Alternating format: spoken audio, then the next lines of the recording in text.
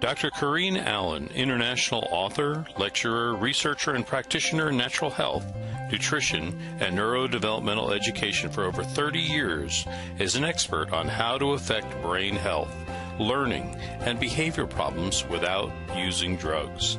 She's a recognized healthcare leader for her natural and practical approach to health regarding natural and alternative methods of stimulating permanent changes in the brain for issues like ADD, autism, Asperger's, dyslexia, learning disabilities, academic and behavioral issues, and acute and chronic brain injuries.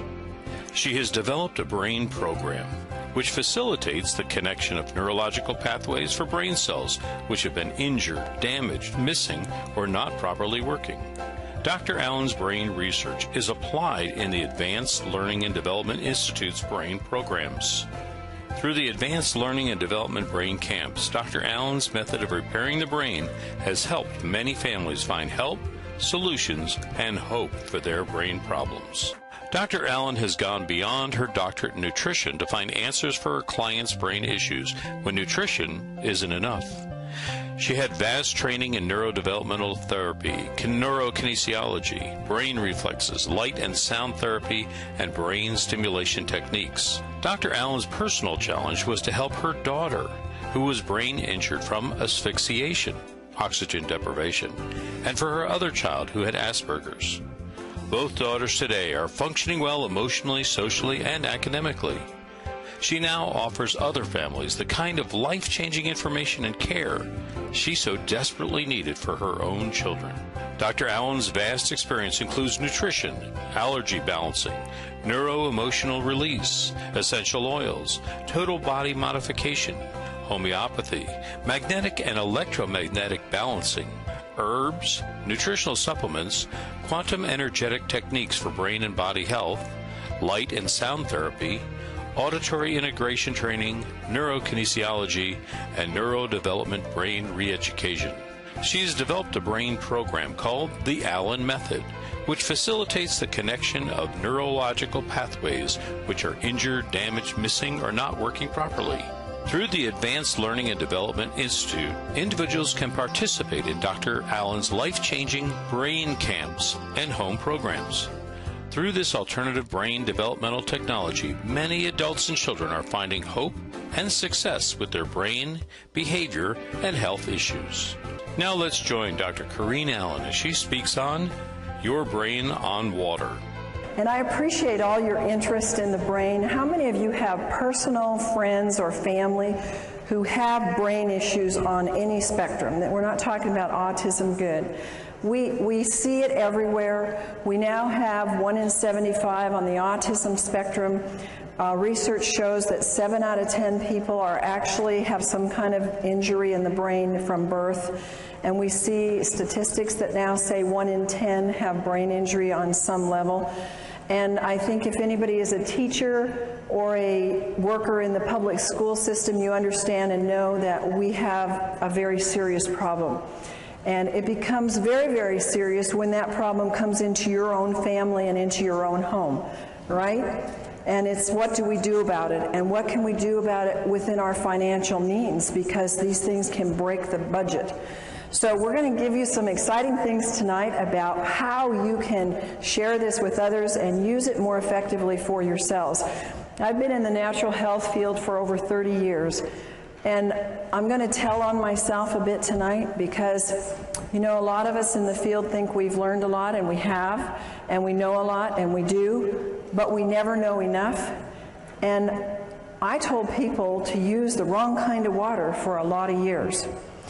And one of, you know, the things that when I found good water, the best water, I immediately grabbed onto it because I'd been teaching people about pH and acid alkaline, and we tried all the products that we could think of to get that to work for them, and of course the diets, and nothing worked like what we're going to show you tonight. And because we have a brain center where we work with brain injuries and actually do a 2-week intense program to help the brain to circuit its pathways and do them permanently, Water is a very core part of that issue. So we're just going to talk about the full spectrum of brain issues tonight and how the water, the very special water that we're going to talk about tonight, is going to help them. Your brain on water. You know that water is the very most important ingredient in your health. How many of you believe that? Now, I believed that 30 years ago, but I didn't practice it. And I didn't have a way to give people the best avenue to get that water into them. It's the one big secret that is being missed. Water is essential to superior health and wellness. And we're particularly concentrating on the brain because that is the part today that is exponentially out of control. Now, the composition of water, we have water in the body, we have it in the brain. 80% of your brain is water. How come nobody talks about water in your brain? How come nobody says, take this for your problem? They say, take this pill or take this nutrient, and we forget about water. Our purpose tonight is to show you how the first and the foremost thing that we want to do is we want to do water, but the right kind of water, because folks, we're going to show you that if you do the wrong kind of water, you're really wasting your effort.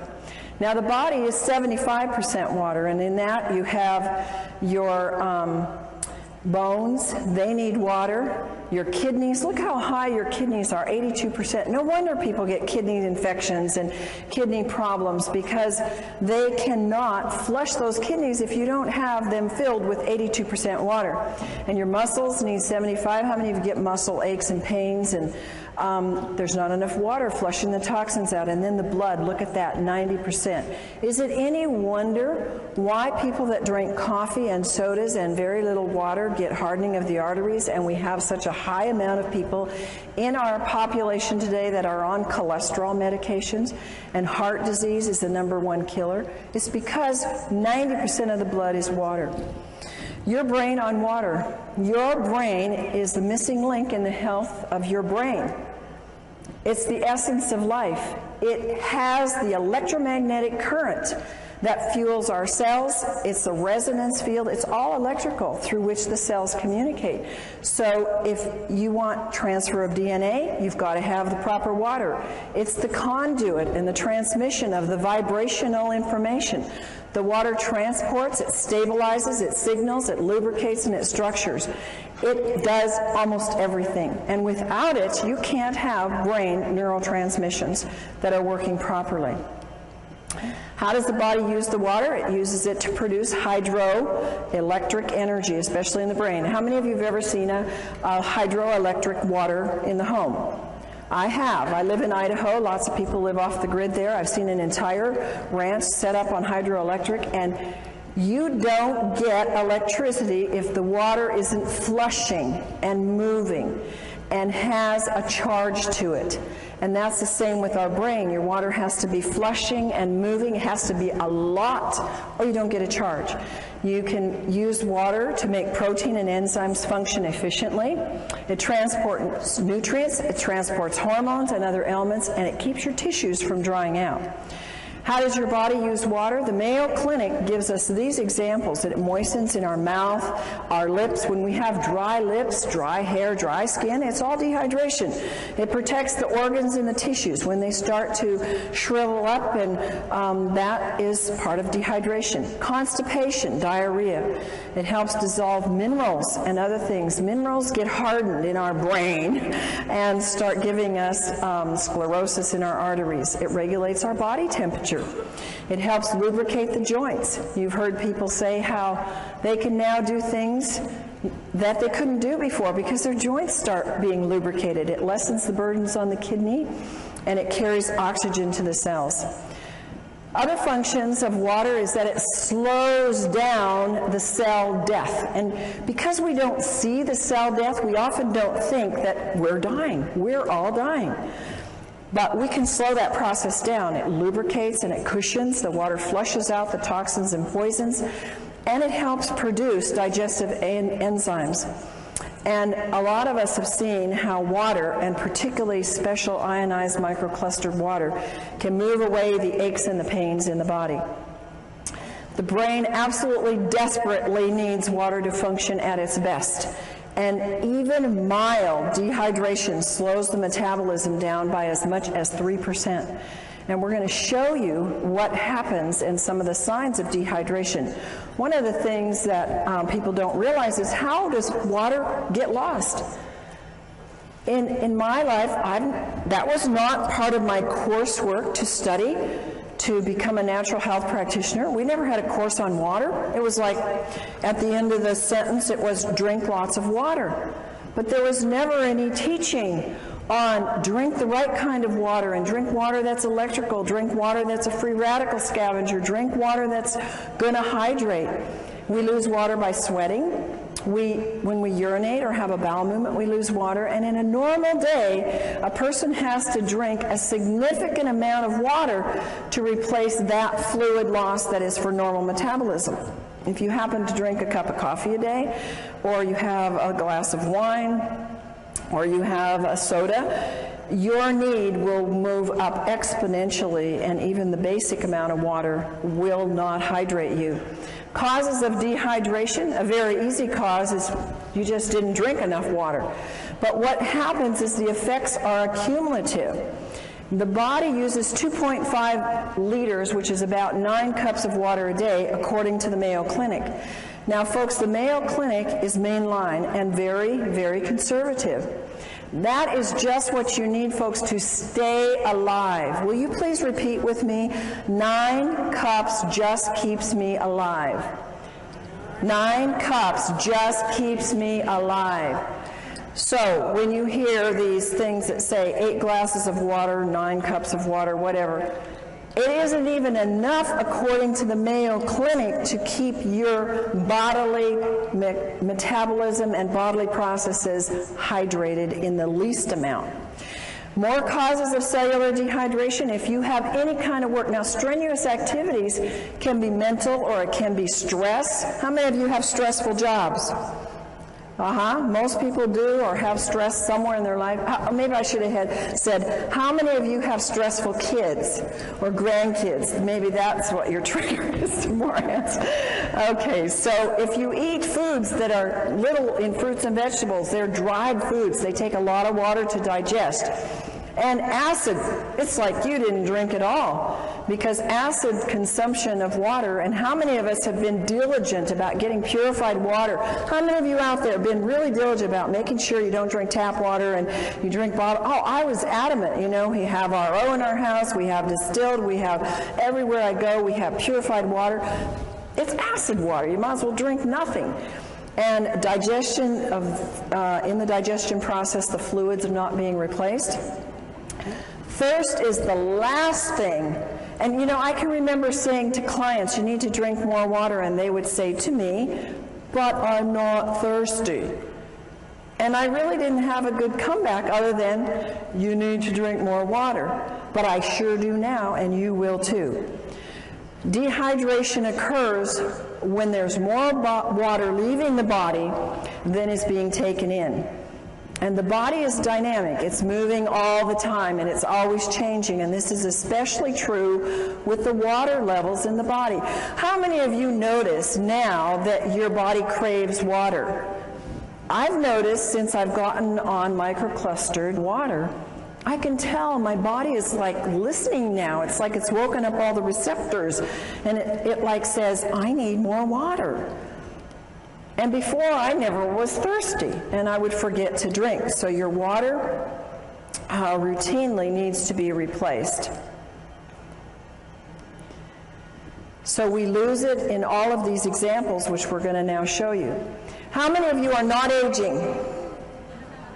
Oh, we got some. Well, I tell you, after I hit about 45, I started to feel it, and after I hit 50, I started to feel it more, and then the next decade I felt it more, and I am so thankful to God that He brought into my life and into the United States, because literally this was not available to us many, many years ago, that now I have a tool before I'm 100 to start really challenging my aging process. And you see aging causes a decreased thirst. It just goes away. And you see many, many older people who say, I'm drinking? And you look, my folks are 93 and 90, they live in a retirement home. Nobody drinks water there. It's like water purifiers. It's like foreign. And they're all suffering too. They're not in very good health. Another thing that we sometimes don't want to hear, don't want to see, is that alcohol causes dehydration. Well, if you're going to drink, then at least be aware you need to drink a whole lot more of the right kind of water to deal with that dehydration it causes. Now, there are special circumstances that cause dehydration, and one of them is burns. And if you know anybody that has lots of burns or little burns, they're going to need a lot more water in their body. Here's another one of those American, don't tell me, don't talk to me about it, I'm going to keep my cup of coffee. You know, when I was very, very ill in my 20s, this is what led me into nutrition and natural health, I had to quit coffee because it was actually pushing my energy down, and I thank God it did, because I realized then what it was not going to help build up my health. And a lot of people just haven't gotten that yet. They haven't figured out that it's reducing your melatonin in your brain. That's very, very important for good, sound sleep. It's decreasing your memory enzymes. I want to be full of a good memory on into my 90s and 100s. It can cause DNA damage.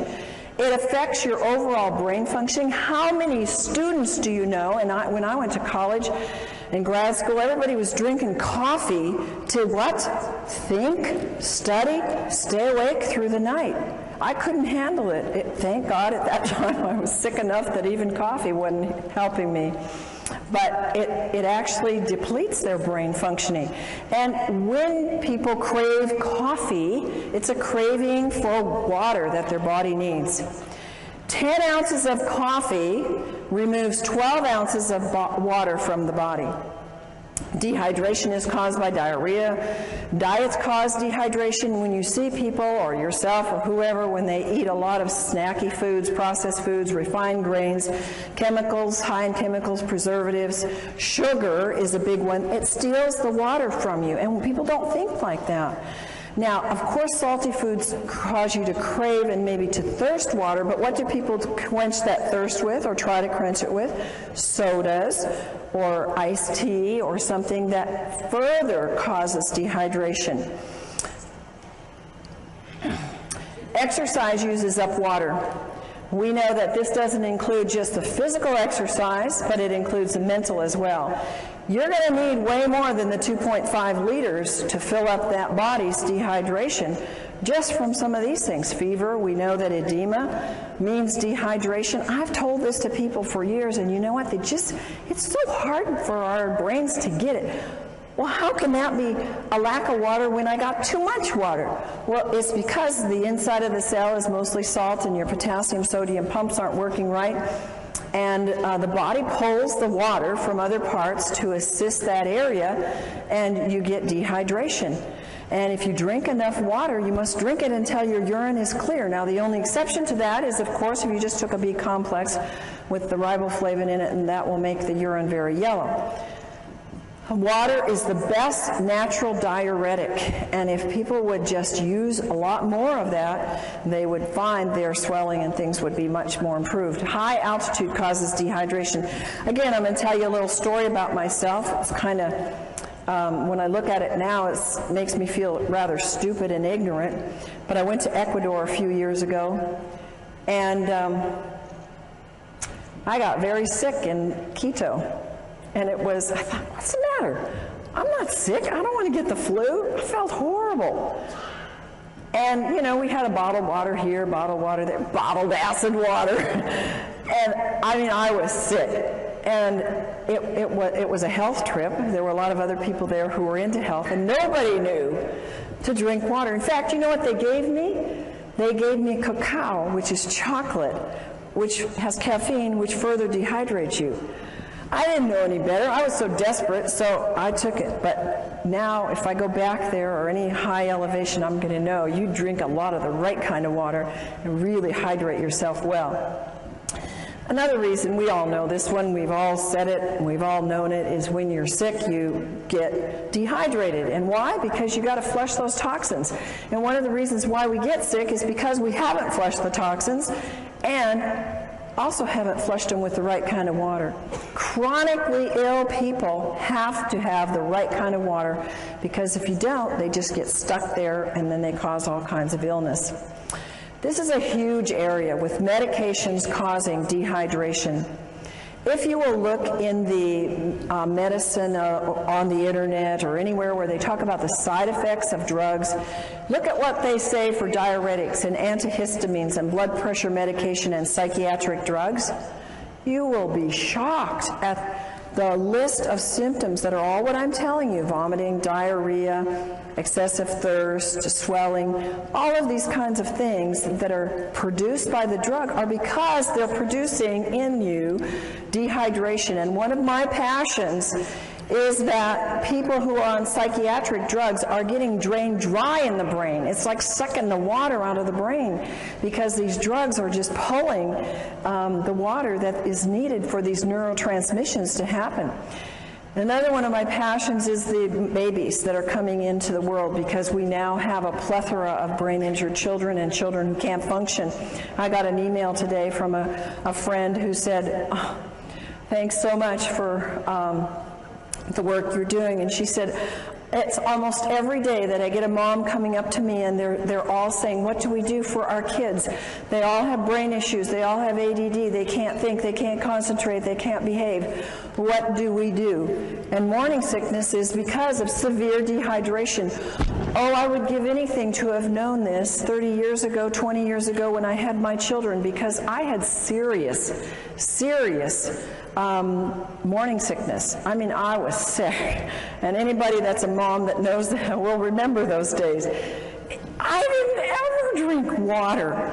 The thing that saved me is that I took a ton of pills for my pregnancy, and it took me a lot of water to get those pills down. And I'm sure that that's the only reason why my kids are as good as they are. Histamines rise during pregnancy, so you can have, it's absolutely a need for more water.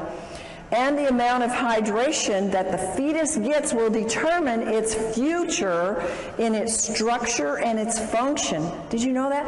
Now, I want to make something clear to you, that I am not giving you the research notations under these, because you will get them in the book that's forthcoming on Your Brain on Water.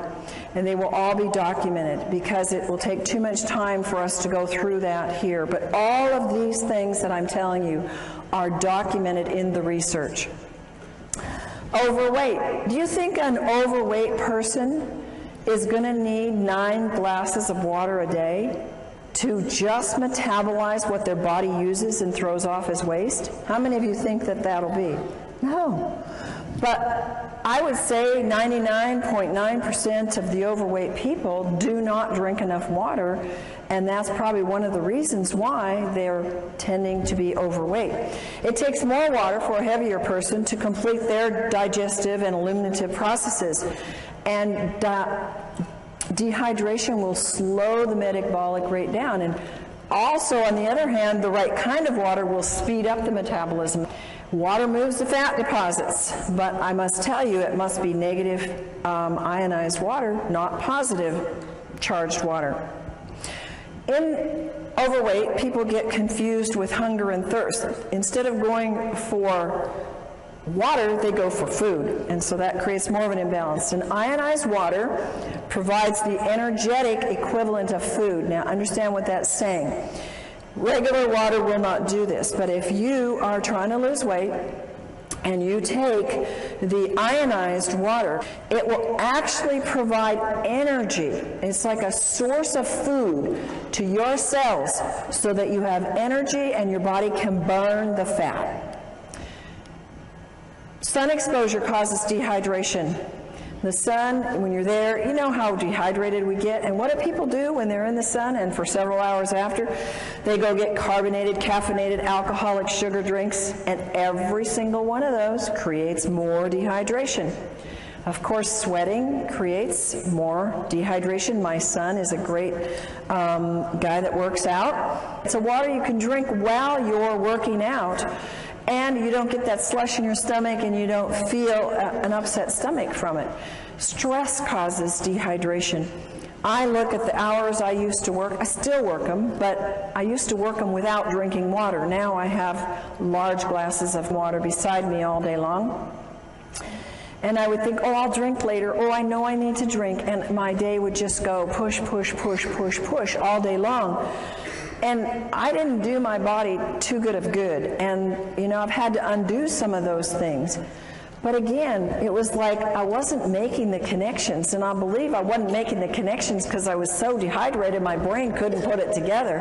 And I didn't have anybody come and tell me that there really was a water. I had lots of people come with alkaline water and these machines out there, and I'd been checking them out for 20 years. And I said, these don't work. They're not doing one thing for you. Why should I spend $1,000, $2,000? Why should I spend anything on them?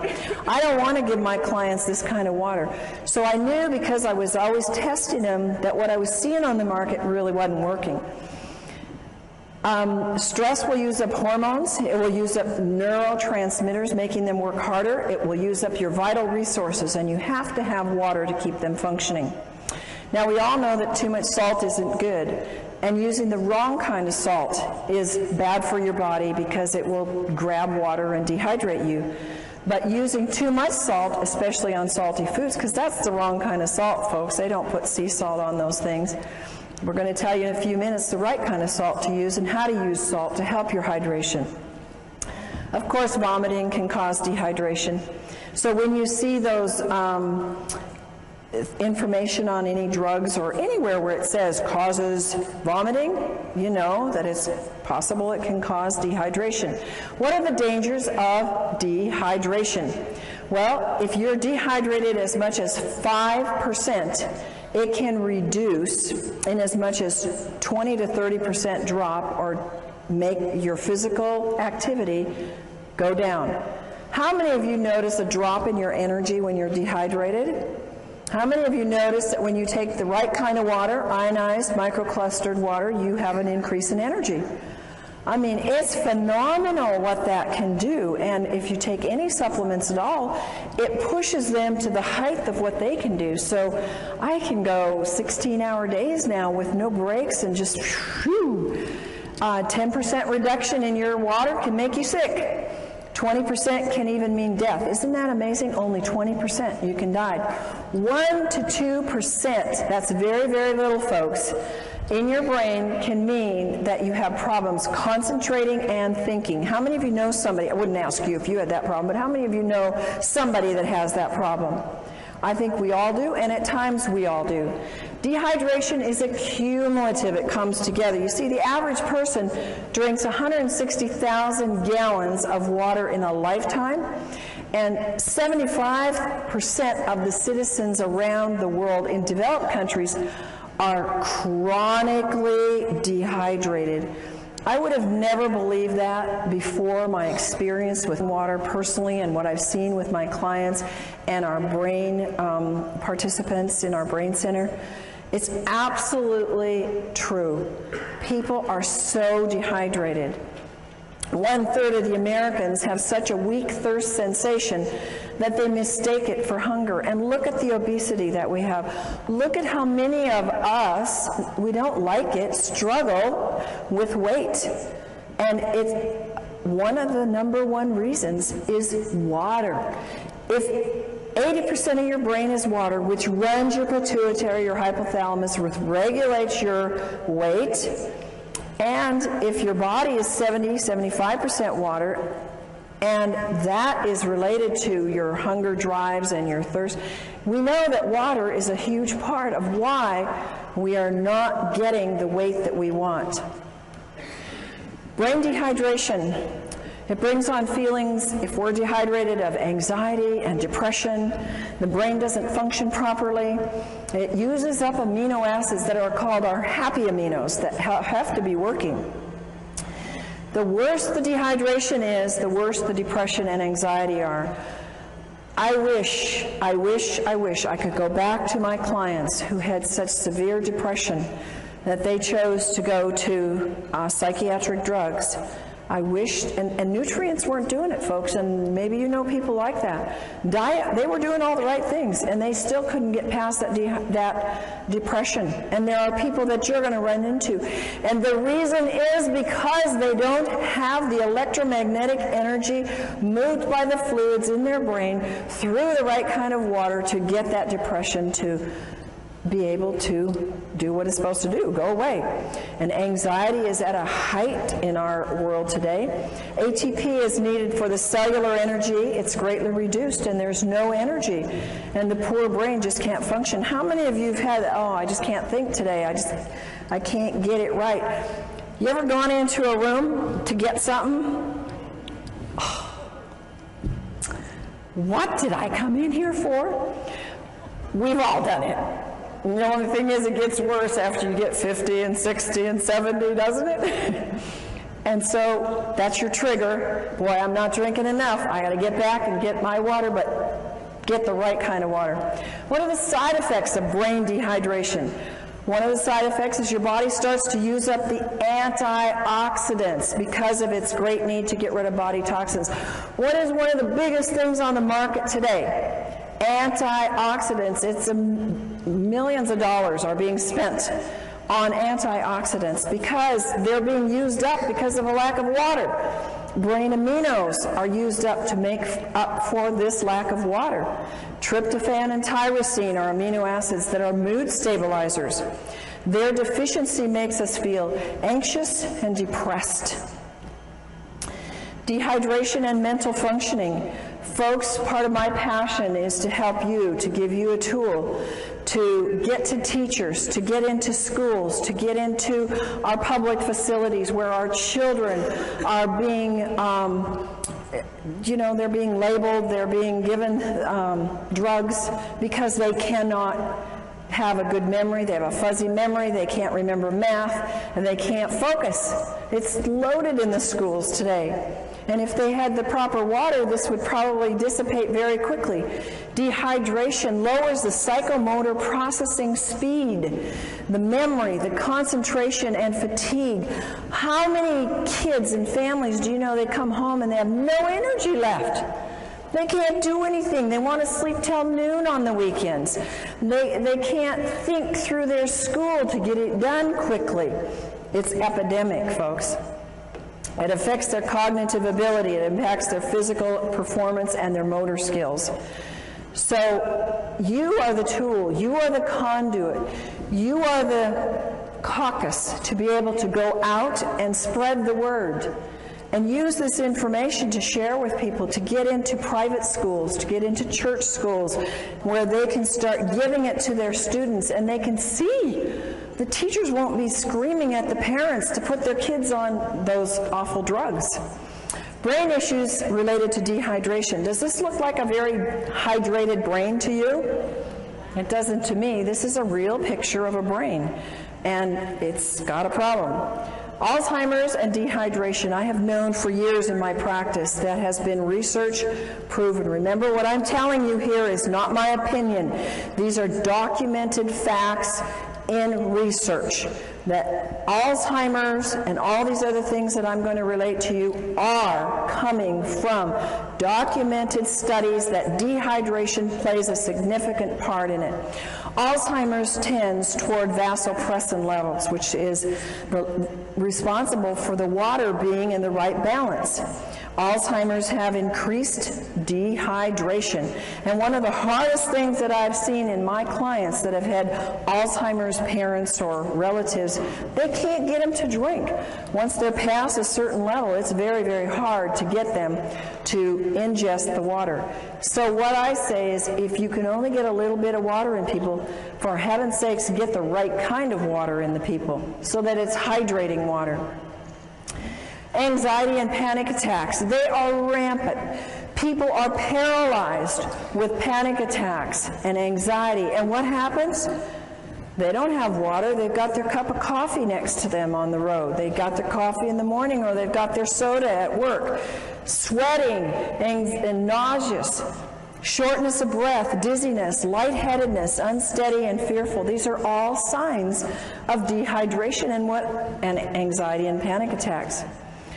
This is something that when families deal with anorexia and bulimia, if they would know how important hydration is, they could probably save a lot of money and a lot of stress. I've dealt with families with this problem. How many of you have ever known anybody with this problem?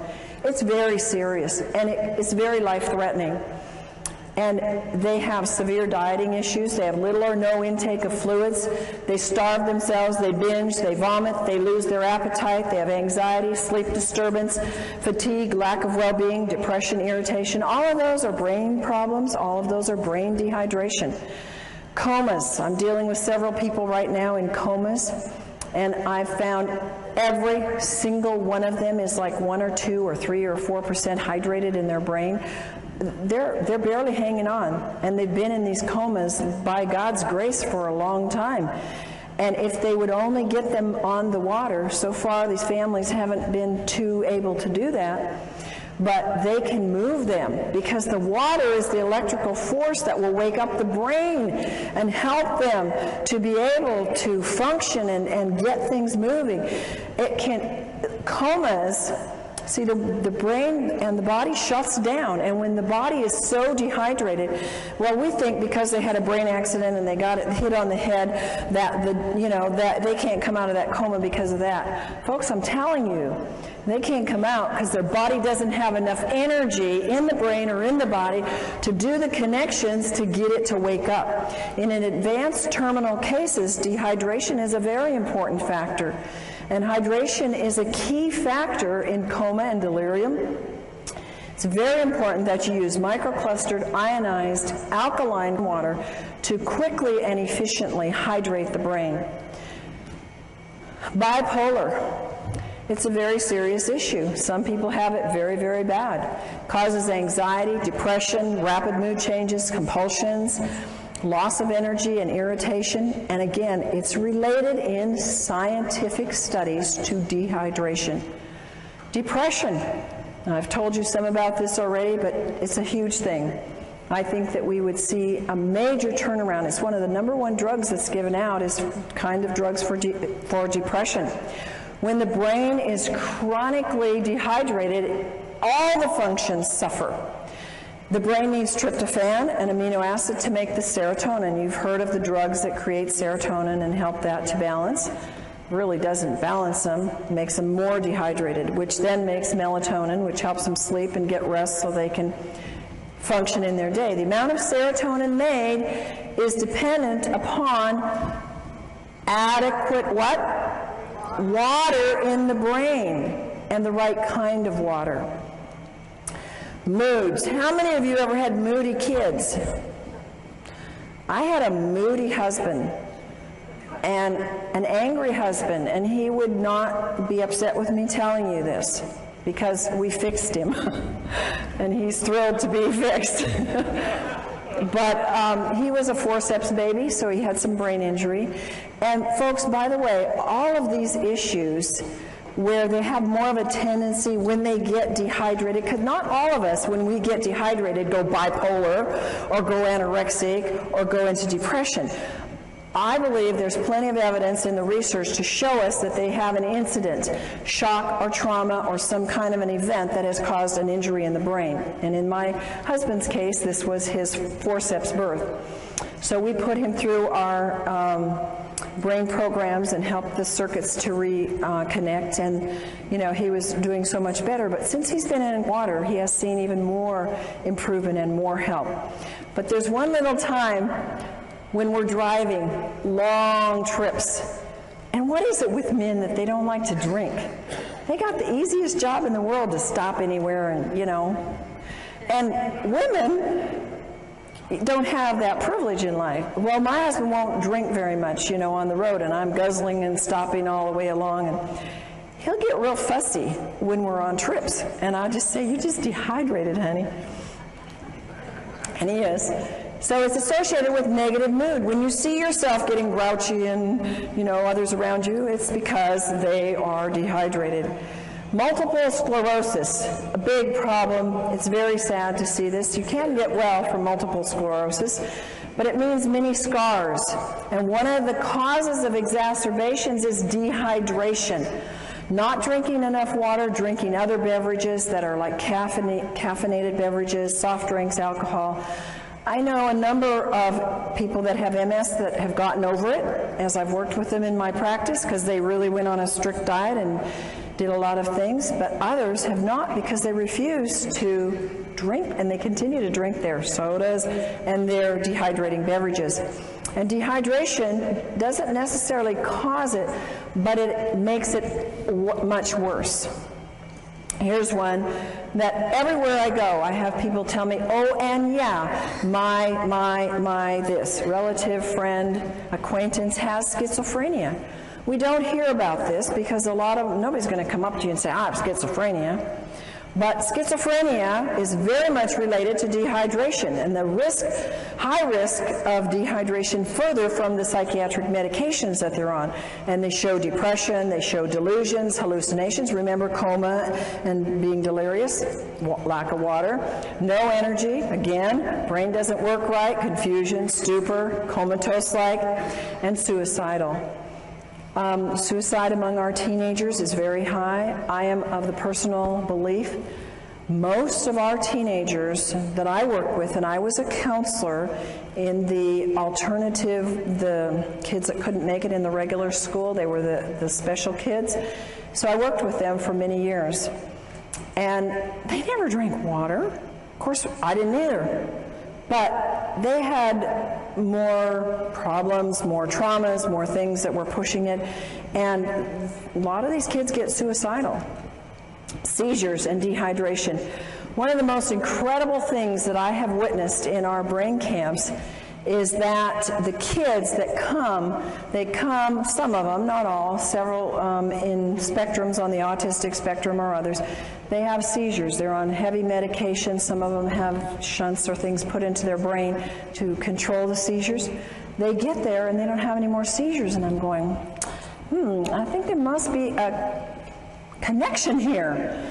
We're putting them on a lot of water, and they choose to work with their own doctors to get off the meds, and we're seeing maybe one seizure the whole 2 weeks is pretty much what we see when they've been having them every day.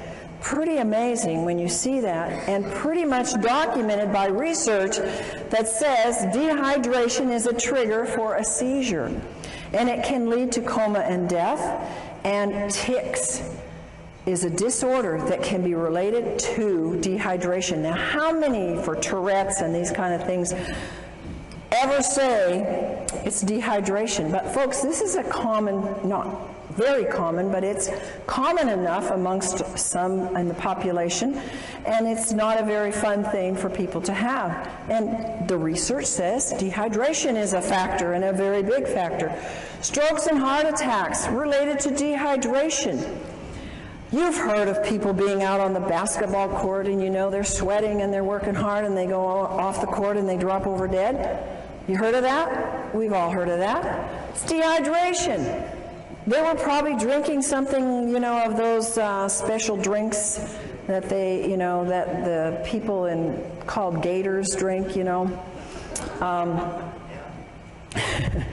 And when we don't have enough water, remember our blood needs 80% water. It's a flowing river through us.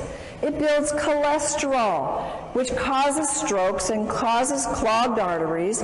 And when we take the drugs for that, we get further dehydrated. And when there's insufficient water washing in and washing out, the membranes seal off. So further water is lost. And when the dehydration, the blood gets thicker. Why do people have bypass surgeries? Why do people have events of heart attacks? Because they're dehydrated. What a simple solution, guys. And it's so economical.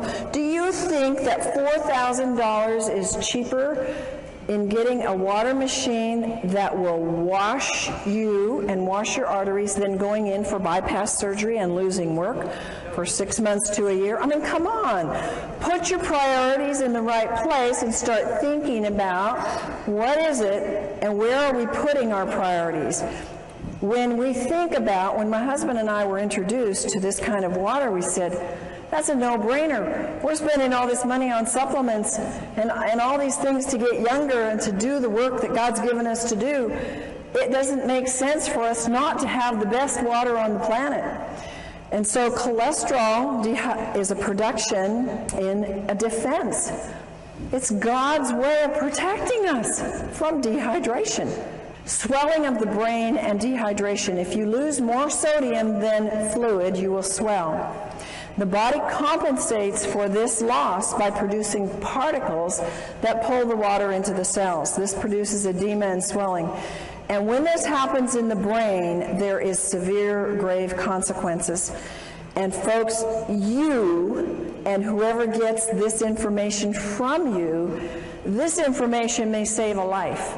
Because when somebody has a car accident or an injury to the head, the number one thing that can cause more brain injury is the swelling. And if you cannot stop that swelling, you will have so much more brain injury and in many cases death. So remember that little piece here. There are little life nuggets here that can save many lives if you pick them up. Brain dehydration, histamines, and brain allergies. Whoever thought that allergies were related to dehydration?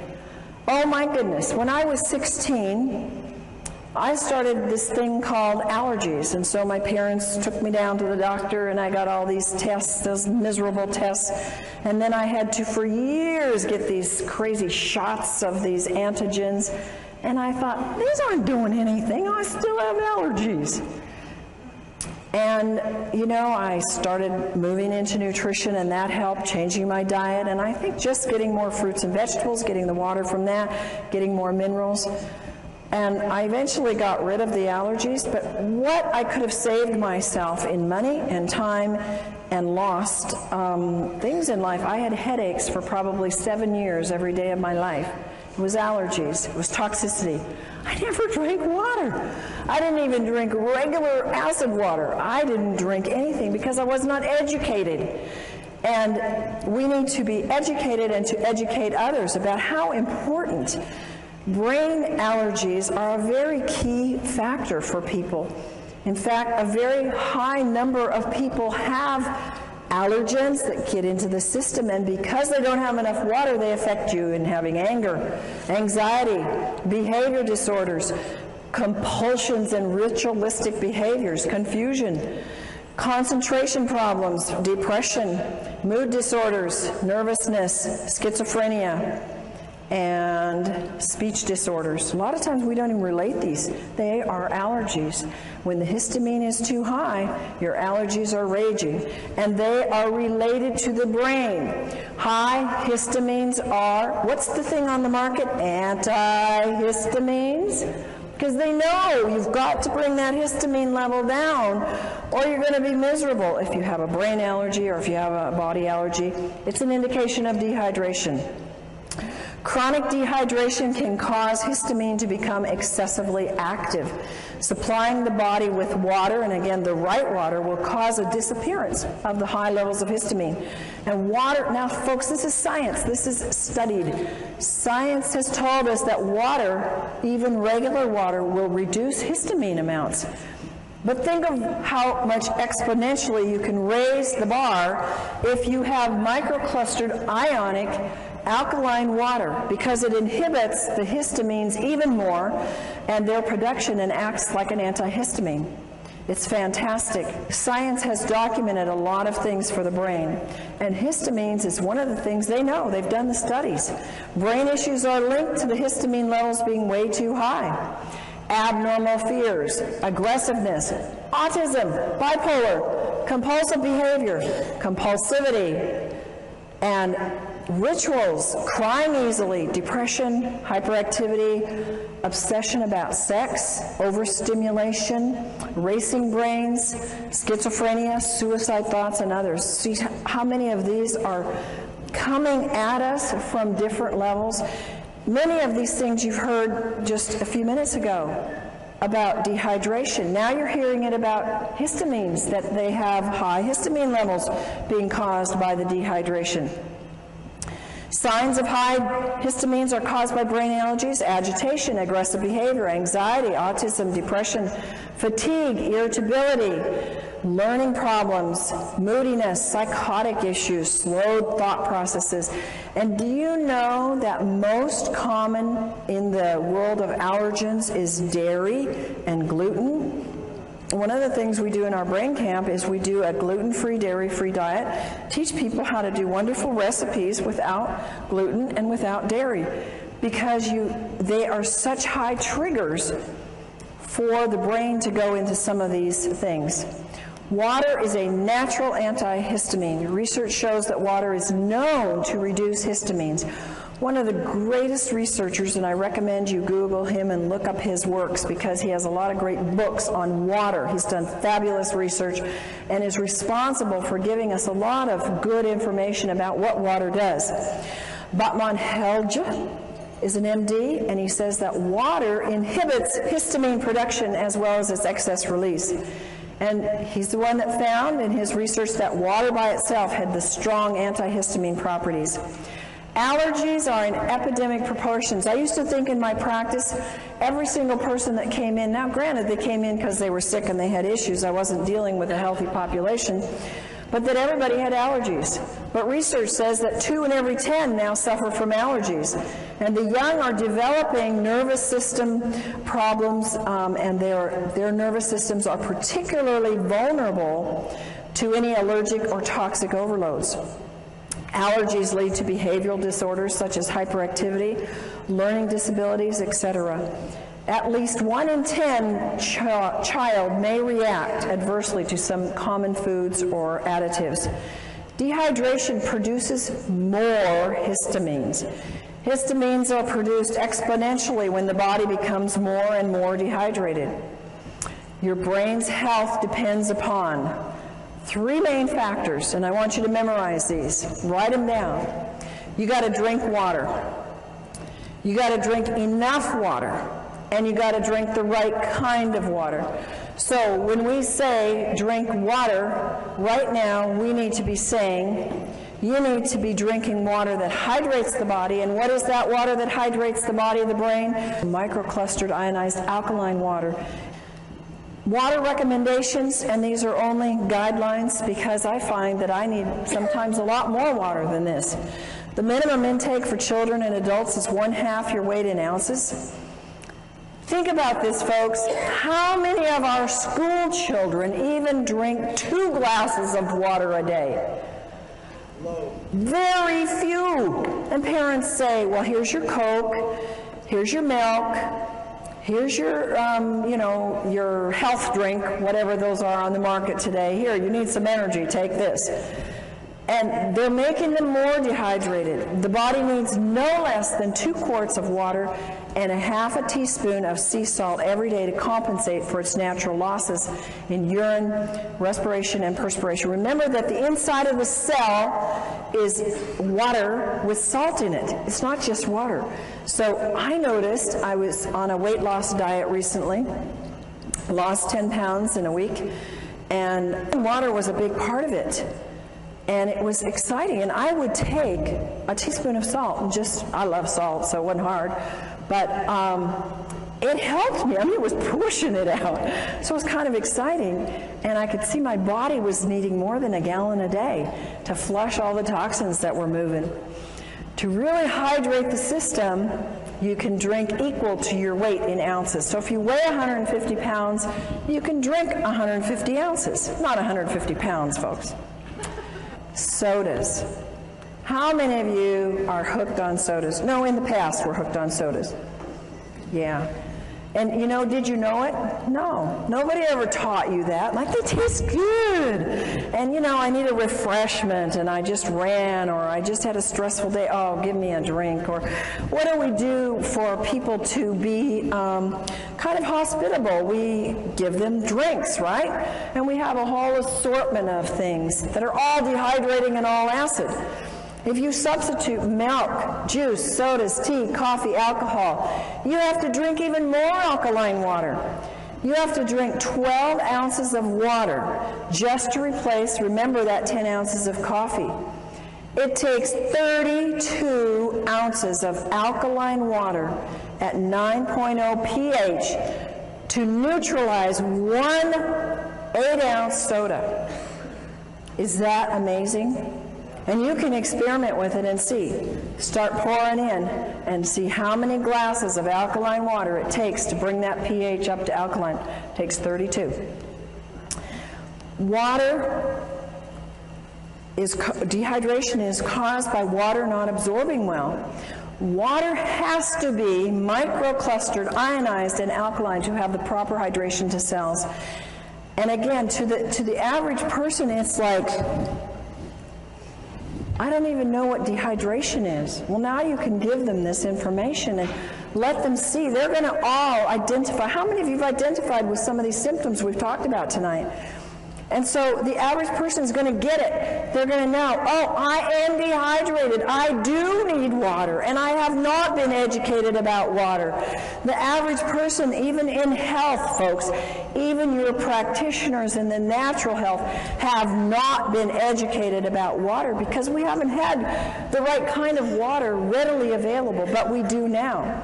RO, distilled, purified, bottled acid waters, they're all going to dehydrate and take water out of the body. So what do we drink? We drink only microclustered, ionized, alkaline water made with medical grade. Folks, I cannot emphasize enough how important this is. I cannot tell you the horrible cases that I've seen. I've seen people grow things like tumors on their body within 2 months of having machines that are ionizers that were half the price and were already putting toxic metals into their body, and when they stopped the water, the growth went away and the metals they were getting and the toxins. So it is absolutely critical, and just having solid plates isn't enough. You've got to protect those metals, and only medical grade platinum and titanium are safe for your body so they don't break down. And you don't see that, folks, and most people don't know how to test it. So just drinking the water, you're not going to taste it. Begin drinking as soon as you wake up in the morning, 16 ounces of water. You want to drink all day long, every hour. Drink enough so that you get clear urine. One of the complaints is, I got to run to the bathroom all day long. You know what I found out? That once your body gets rid of a lot of that toxins, you don't have to run so much anymore.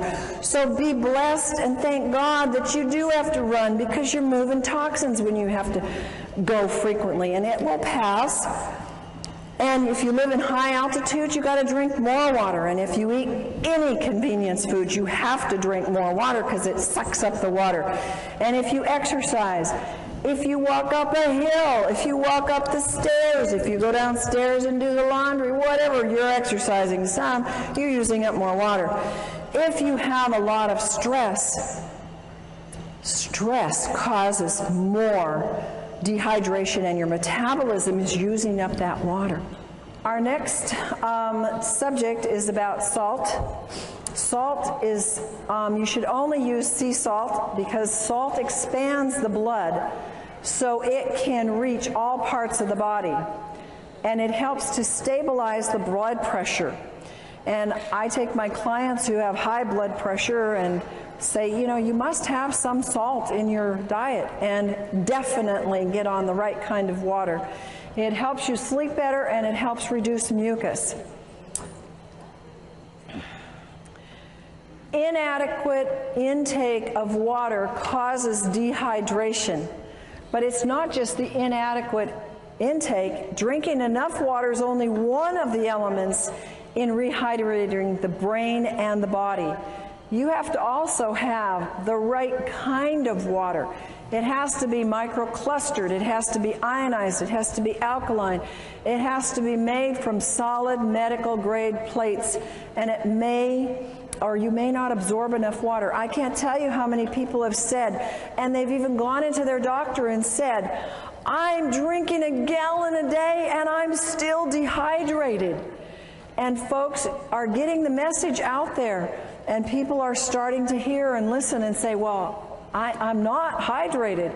Oh, so I'll just go get any alkalizer, any ionizer. Folks, don't do that. I promise you that as a professional and as someone that can tell the difference, you've got a big difference. And when, you know, it's like you do pay for quality.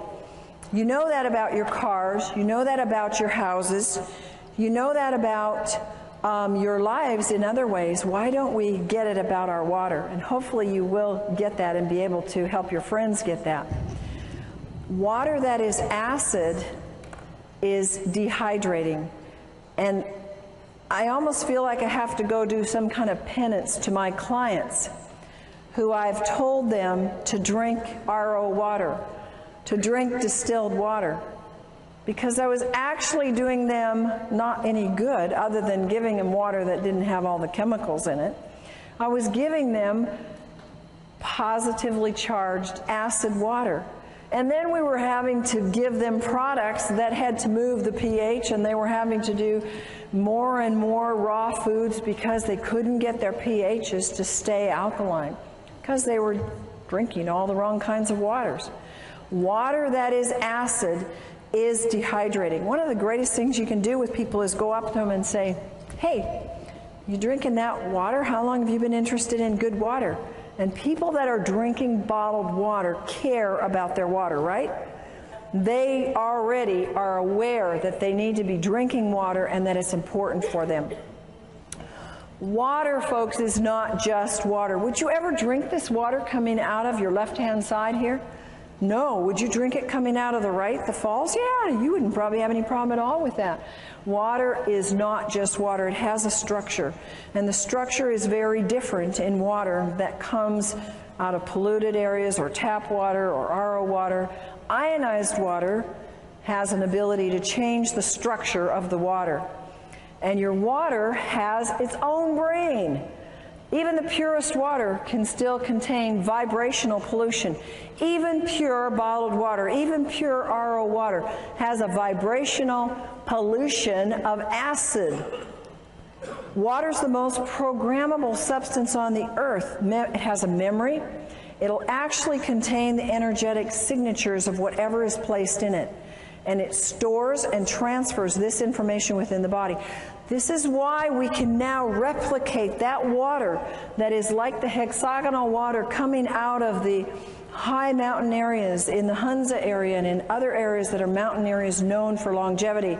We can now duplicate that in your own home and have longevity coming out of your own tap. And bottled RO distilled is not the best. It will not hydrate the body.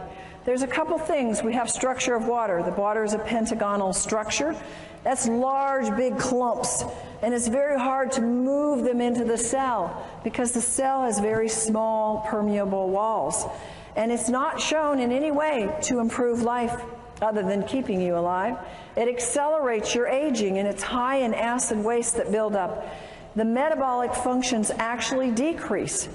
And there's little capacity for that water to store any energy. It has little energy to give. How many of you get energy from drinking tap water or RO water?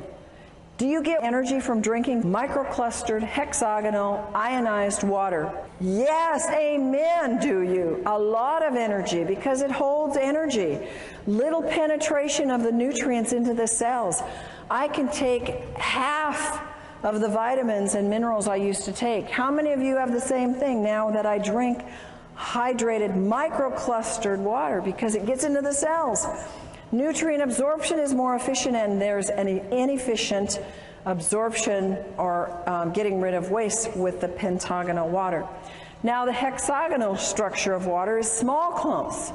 It's easy to get into the cell. They improve life significantly. They slow down the aging. There's no acid waste buildup.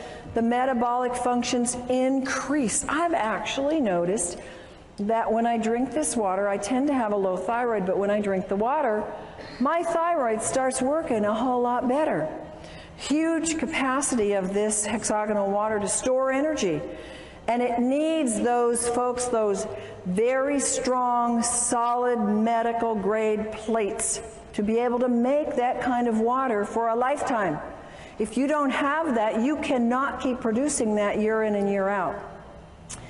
It is highly energizing to the cells. It gives rapid penetration into the cells of nutrients. It helps their absorption, and it helps efficiently remove the waste. It contains powerful antioxidants. We call this microclustered hexagonal ionized water. And it has the negative hydrogen ion called the hydroxyl ion. Its water becomes alkaline, which helps our bodies move to the pH side of alkaline. It's super hydrating. You can run a very strong race. I can do a very strong workout where I'm jumping and moving and very much doing cardio, and in the middle of it drink a whole glass of water, and it doesn't stop me at all. Whereas I could never do that in the past. I had to do it before or after exercise.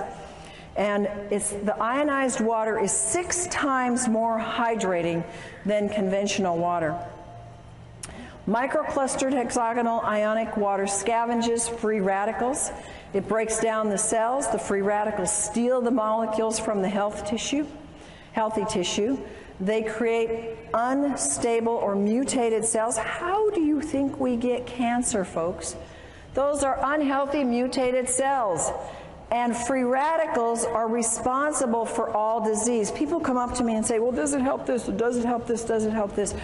Is it a degenerative disease? Meaning, did it happen by an accident? Did they get a hit on the head and it happened one day, it was there, and the day before it wasn't there, and the next day it was there? That's not a degenerative disease. A degenerative disease comes on slowly.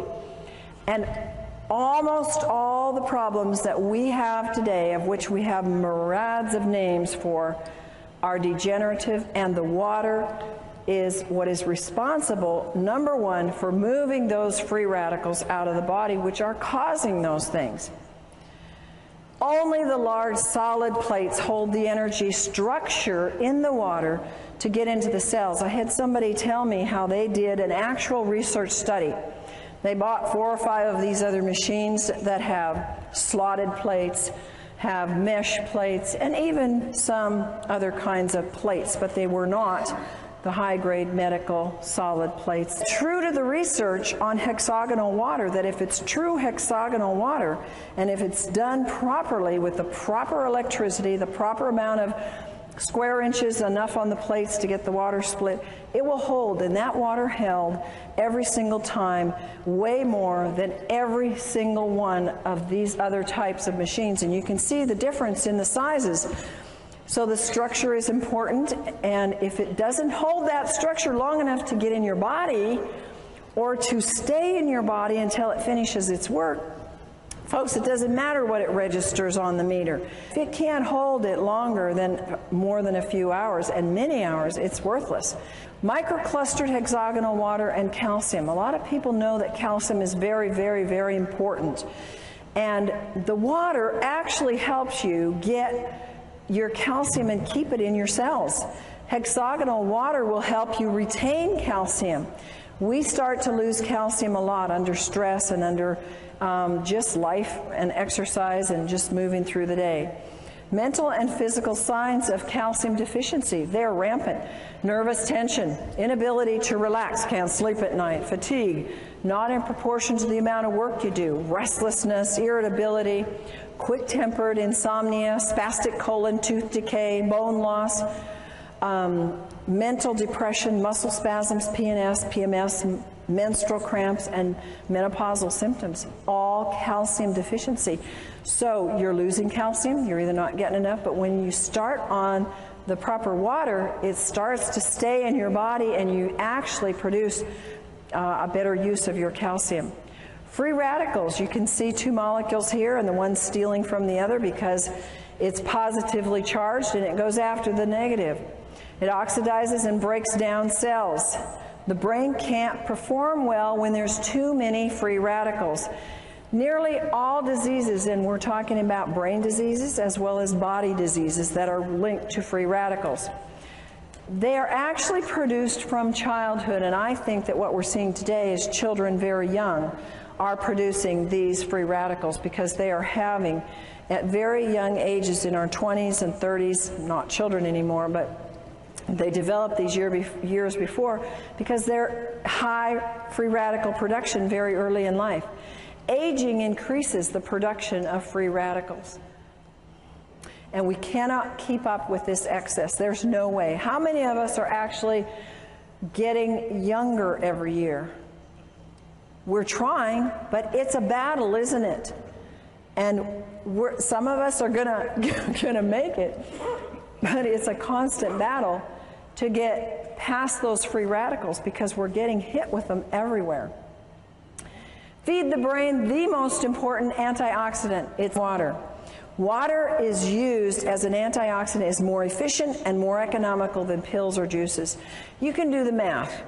If you spend $100, $200, $300 a month, which is not unreasonable, a lot of people are doing this for antioxidants, either in the form of juice or pills a month. You multiply that times 10, times 12, you've got easily $4,000 a year. And it's gone. And you only got it for you. Think about the economy of having one product that you can spend $4,000 on, and it can feed the neighborhood free radical scavenging nutrients. It's pretty much a no-brainer. It eradicates free radicals. The water can flood the brain all day long with free radical scavengers. And see, it's not enough. I take free radical scavengers. It wasn't enough. If I didn't have the water, it wasn't doing enough good. You've got to have what nature determined to be the first priority, and that's the proper kind of water. We want to retard the aging and renew the brain at the cellular level. Free radical and brain problems. These are all, again, scientifically documented that free radicals are an important part of the problem in aging brains, ALS, in Alzheimer's, in anxiety, in autism, bipolar, brain edema, brain infections, brain allergies, depression, hyperactivity, obsessive compulsive, Parkinson's, schizophrenia, seizures, sleep apnea, stress, strokes, and toxic metal accumulation and traumatic brain injury. All of this is documented by scientific studies that says these are related to an excess of free radical formation in the body, in the brain. Acidosis being a cause of disease. The body produces highly acidic wastes from the foods it produces, and from the foods you eat, I should say. Acidosis is one of the main contributors leading to aging and various illnesses. Acid wastes, if you don't excrete them, what do? They circle around and around and around. They end up being aches and pains. They end up being a loss of function, a loss of your brain. It can accumulate in your arteries, blood vessels, clog them up. You can get stones. You can get anything and everything from these acid wastes. And they accumulate in cells that are deprived of oxygen and nutrients. Look on the left-hand side and you'll see the things that cause acidosis in terms of food. And anything basically that is not a fruit or vegetable is an easy way to remember. They're acid forming. And how many people have an 80-20% diet? Folks, that's 80% foods that are fruits and vegetables and 20% that are grains and other foods. Not too many people do that because it's hard to eat that way, and not too many people are that dedicated. So acidosis builds up from the foods that you eat. Acidosis induces, now again, science has shown that it induces brain damage, that acidosis can actually cause neuron death, and it causes a reduction in the glutathione production, which is the most powerful antioxidant that your liver produces on its own when given the right stimulus and nutrients. The pH potential of hydrogen measurement in the cells. You have your alkaline pH and you have your acid pH.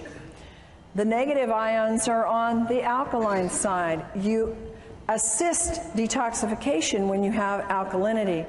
And the body, when it's alkaline, it can absorb calcium and magnesium and sodium and potassium. The body is amply supplied with minerals. You're not always going to be deficient. And it's abundant in oxygen. When you have an acid, you have abundant energy. Then you have positive ions if you're on the acid side. They cause auto-intoxication. That means you poison yourself. And the body can't absorb the minerals. I've had people who say, but I take all these minerals. They're spending hundreds of dollars on minerals and they're not absorbing any because they're acid. And body uses up these key minerals in trying to neutralize acids. There's a lack of oxygen and there's little or no energy. How many people know that the #1 complaint is no energy? And when a product comes out that can give you more energy, people go for it, don't they? And what a simple thing to have pouring out of your tap in your own home that can produce a life flow of energy, not just for you, but for your whole family and your whole neighborhood. ALS and acidosis. There's a Dr. Gansel who's done a good study and works with ALS. And he's reported in the Townsend newsletter that he believes ALS is caused by severe acidosis. This is a very damaging neurological disease, and most people don't live with it. Recommends the use of, look at this, water that sends low voltage electrical impulses into the water. Now the next one is autism. Autism, a lot of you have asked me about. It's rampant. The U.S. military claims now we have 1 in 75 are on the autism spectrum. A few years ago it was 1 in 50. It keeps going down the wrong direction. Symptoms of autism, according to research, are linked to acidosis. High amounts of acids are found in the blood of autistics. And the mitochondria damage in the autistics is linked to the acidosis. Bipolar is linked to acidosis. Children's problems, acidosis. If they're shy, there's been research found, fatigue, impaired concentration, unwillingness to eat, perverted appetite. I had kids like that, one in particular. They're tough to deal with. Acidosis. And you know what? They don't like to drink. A lot of these kids that have these problems, they don't want to drink. And they want their foods that they want, and mostly they're not fruits and vegetables that they want. They can be restless and poor sucking. These are acidosis symptoms in children. Then you have schizophrenia, can be related to acidosis. Dr. Steinfeld says the key problem in schizophrenia is acidosis, and his work verifies that it is a biological problem. Seizures and acidosis. We talked a little bit about this before in terms of dehydration, but research also says it's due to acidosis. And an acid pH can actually trigger the seizure that can then lead to brain damage. Stress and acidosis. If you're stressed out, mental stress causes acidosis. Auto-intoxication, when you are poisoning yourself because you didn't drink enough water to get the poisons out, your bowels aren't moving, you're not urinating enough, stresses the body, makes you acid. It increases your cortisol production. When you increase your cortisol production, you want it low. It causes you to gain weight in places you don't want it. Acid is increased in diabetics. In every single diabetic, they have an acid problem. And there are absolute miracles when you look at this work that has been done with this microclustered ionized alkaline water in the hospitals. In Japan, you have seen pictures, video documentation of diabetics who have been absolutely turned around using this water. It's absolutely fantastic for any blood sugar issues because it helps get rid of the acidosis. It doesn't do anything to cure a disease. It gets rid of the causes and lets your body do the work. Acidosis in a traumatic brain event. If you are eating junk food and not drinking water properly, the right kind of water, and you happen to have an accident, a car accident or hit on the head, you can have a pH level in the brain that's already acid. When that event occurs and there is a shortage of oxygen or a traumatic event, restriction in the blood, or whether it's a stroke or a heart attack or an accident, the damage is actually made worse and the damage is increased in the brain. Here are other issues that acidosis is related to in the research. It's related to Alzheimer's, their acid, alcoholism, comas, Down syndrome, nightmares, and multiple personality and Parkinson's. Alkaline water solution. We have a solution. It is so exciting for me to be able to share with people a solution, because we have an epidemic of brain problems. Would you agree? How many times have we said, what is wrong with them? Yeah? And, you know, it might be us, but, you know, we think and we see that there's a lot of issues with people's brains. They're not thinking right, they're not reasoning right, they're not functioning. We have an easy solution. It's effective, it's economical, it increases your oxygen. We know that oxygen is important. How many of you know that cardiovascular exercise will increase your oxygen? How many of you do it every day? Good, some of you, but we don't do it enough, do we? And how about if you could oxygenate your brain every hour of the day by just drinking a glass of water? Is that amazing or what? Nothing else like it. It moves acids waste efficiently, and the most efficient, and it neutralizes the acid in the cells. Use common sense, folks. Don't assume that water's going to cure anything. The body will heal itself when it's given the proper nutrients. And folks, water is a nutrient. Talk to people like this. Water is the #1 thing that we are missing in all of our health programs. And that's the #1 nutrient. It's a nutrient. It's not a cure. It's not a pill. It's not a prescription. It's a God-given nutrient, and it's the #1 nutrient. And the wonderful thing is that we can share it at such an inexpensive cost, literally. You know how much medical things cost? Have you ever had a medical event? You can put out how much? $4,000 in about 5 minutes? Anybody had that experience? I've had many times where I've seen people where they won't spend money on something that will help them prevent an event. They have the event, like go to the emergency, and they spent that 10 times over. So think about that. You know, you're not buying something to have in your home and to have for your family because it's something that you don't need. It's a necessity. I don't think any family should be without this, because it is the #1 most important thing. Water's not a drug. Water is needed in high amounts because of the laws of nature. Water helps everything else work better, everything in your body. And water needs to be the first line of help. You are the soldiers. You are the infantry. You are the first line of defense. You are the ones that must tell them. You must show them the way. You must teach them. I had to be taught. You had to be taught. How many of you knew this when you started? Somebody taught you, didn't they? Now you're being taught. Now you go tell and you share and tell them how to get water, and tell them that water is not just water, no matter how pure it is, that they need 3 things in all the water that they drink, and if they don't have it, they don't have the best water. They need factor #1, strong antioxidants that fight free radicals.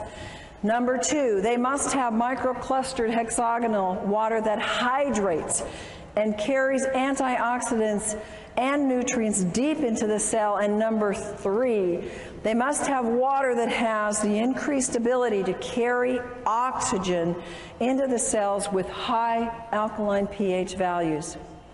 Now we're going to do a fun little demonstration for you here, and I have a volunteer who's going to come up and help me with this. And this is for you. I want you to be able to have a hands-on tool, because people tend to show me. Show me that I'm dehydrated. Prove to me, oh, I'm not dehydrated. I'm going to give you a little test that everybody in the room can use, and you're going to go home and play with it tonight and play with it with your friends. It's a test that comes from some of the acupressure and kinesiology that we learned. This is Gina, and Gina has traveled all day, and so she's been pretty dehydrated, so I thought she would be a good one to test because she didn't get to drink her good water. So first of all, we're going to just test her, and I'm going to take you this way. Okay, and you can see it on the screen. I'm going to test the tip of her nose. If we're going to test her in the clear, I'm pushing pretty hard, and I don't get any muscle or energy break. And now we test the dehydration point, and I have no trouble breaking that because she's very dehydrated. So now we're going to try and find something. She goes to the store, she runs into the 7-Eleven, and she comes out with Smart Water. And she takes this, open it up, and let's take a swig. And you can actually take a swig of it, hold it in your mouth so it goes to the energy to the brain. Good. And unfortunately, you'll have to swallow it. No, not yet. Okay, now let's go back to our point. Did it hydrate? Not doing anything. The energy's not going anywhere. Okay, you swallow. You know what? I think I'll give you my glass so you can spit in it. I don't want you to have to drink all the soda. Well, the next ones, you won't want to drink these. All right, let's do some bottled water. So have a swig of RO. You can drink that because it won't kill you. Hold it in your mouth. Now, is this going to hydrate her? It's even weaker. All right, you can swallow that. Now, sometimes we think, oh, we're thirsty, let's go for some juice. All right, so take a, you can swallow that too. Hold it in your mouth. Good old pasteurized juice. Did it hydrate that brain? Not even. Yeah, that's right. And Sprite. Okay, now, you can swallow that if you want. You can spit it out too. Okay, give me a swig, and you can put it on the table there. Okay, give me a strong, let's hear. Nothing. You want to spit it out? Swallow. You swallowed it. Okay. Now, this is good microclustered hexagonal ionized water. And let's put it in the mouth and see what we get there. Hold it in there. And is it going to hydrate or not? What's your vote? I can't even budge it. Now swallow. Thank you. You may have that. I have that. You may. You're going to need 34 of them. You see, you could do that with your friends now. And you can show them. We gave her water. We gave her Smart Water. And it didn't do anything for her brain. We gave her juice. And it didn't do anything for her brain. And so we need to have the ability to take and show people. So now I've given you a little trick to test for dehydration. You first test them in the clear, and then you hold the point on the nose, and then you can give them tap water, you can give them RO water, whatever's available. And then you want to hold the last, and you can have them put it in their mouth, because it'll go to the brain, and it will show you if it's hydrating the brain. And isn't that amazing? What could we do to our society if we could change the hydration of our brains, starting from our schools, from kindergarten up? Yes, we could change our society, literally, if we would hydrate our brains. Take control of your health. Your body requires a constant and a consistent supply of water. It is the most important compound you put in your body. How many of you believe that? I know you believed it before tonight, but how many of you now are emphatic about it? And no function or reaction in the body can take place without the presence of water. Do you realize how critical that is? If there's a function in your body that is not working, what is that telling you? You don't have enough water, because every function and every reaction in the body needs water. And that is our presentation for tonight.